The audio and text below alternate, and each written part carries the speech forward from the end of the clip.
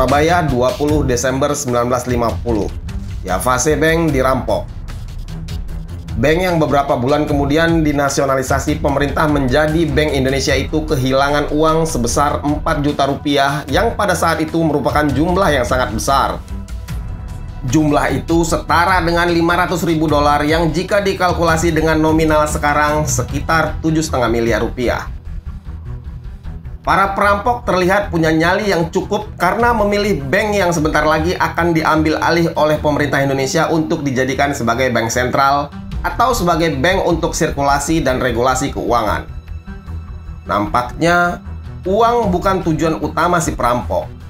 Sebab jika tujuannya uang, pastilah si perampok akan lebih memilih bank-bank dagang seperti Netherlands Trading Society. Perampokan ini didalangi oleh Werner Verrips, seorang pemuda Belanda berusia 24 tahun yang belakangan diketahui adalah seorang agen dinas rahasia Amerika, CIA. Dia bersama dengan rekannya Arthur Ellinger dan beberapa orang Belanda terlibat dalam aksi itu. Kisah perampokan bank itu diceritakan oleh Arthur Ellinger kepada William Oldman, seorang wartawan berkebangsaan Belanda yang diketahui dekat dengan Bung Karno. Kepada Oldman, Ellinger mengatakan dalam perampokan bank tersebut, Verrips juga melibatkan 2 orang warga lokal. Ketika perampokan berlangsung, Ellinger menunggu di kedai kopi yang berjarak 50 meter dari bank tersebut.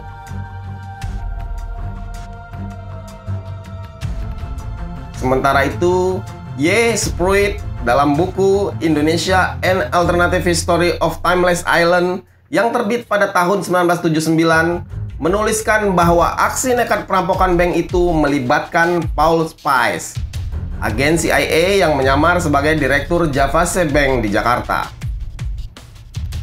Uang hasil rampokan itu rencananya akan diserahkan kepada tangan kanan Verrips di area galangan kapal Angkatan Laut di Surabaya. Uang itu akan dibawa kabur ke luar negeri dengan kapal frigat Angkatan Laut Belanda yang masih tersisa. Namun, upaya itu gagal.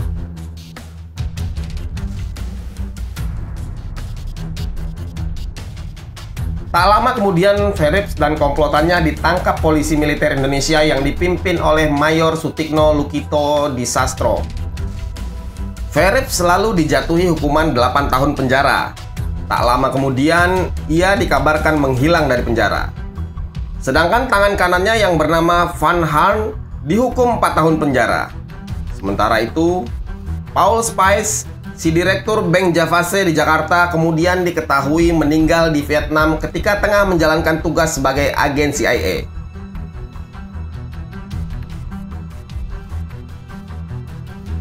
Verrips kemudian diketahui kembali ke negeri asalnya, negeri kincir angin.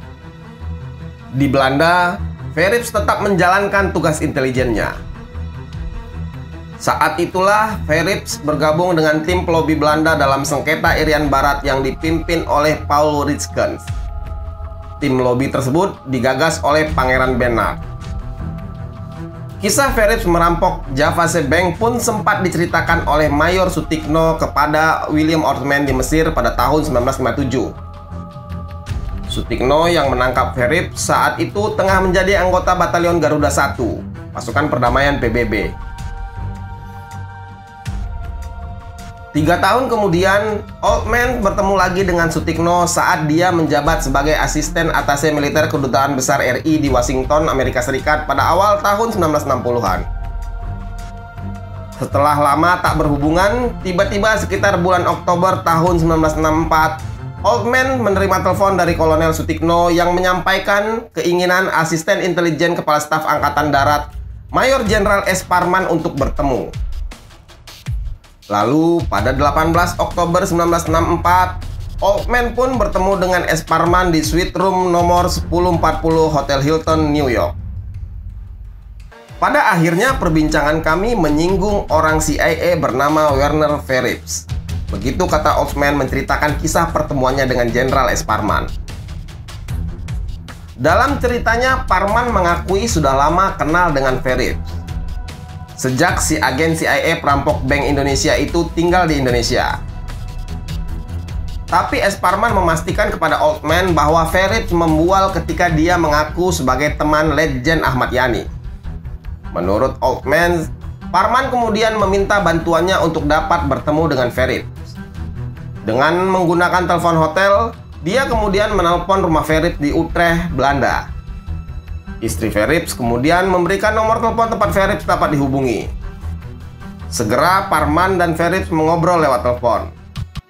Tak lama lagi mereka akan bertemu di Belanda dan mungkin di London. Begitu kata Oldman. Tapi beberapa hari kemudian, di tengah malam buta, pesawat telepon Oldman di apartemennya di Long Island, New York berdering. Sang penelpon itu ternyata Werner Verips. Dia menelpon dengan nada ketakutan. "Mereka mengejar saya akan dibunuh," begitu katanya. 6 minggu kemudian, tepatnya tanggal 4 Desember 1964, sebuah mobil sport Mercedes-Benz warna putih rusak berat setelah mengalami kecelakaan di Jalan Raya Sassenheim, Zuid-Holland, Belanda. Polisi datang ke lokasi melihat mobil terbalik dan ringsek parah. Pengemudinya, Werner Verips. Si agen CIA ini tewas di tempat dengan luka parah dan kondisi mengenaskan. Saya baru tahu bertahun-tahun kemudian bahwa cara melenyapkan agen yang tidak disukai dengan kecelakaan mobil merupakan hal yang biasa dilakukan dalam dinas rahasia. Begitu kata Oldman. Setahun kemudian, Oldman lebih terkejut lagi ketika mendengar kabar Mayor Jenderal S. Parman, temannya itu, terbunuh dalam sebuah peristiwa gerakan 30 September 1965. Apakah kematian Verips dan S. Parman ada hubungannya? Hingga akhir hayatnya pada 30 September 2004, William Oldman tak memiliki bukti yang jelas tentang hal itu.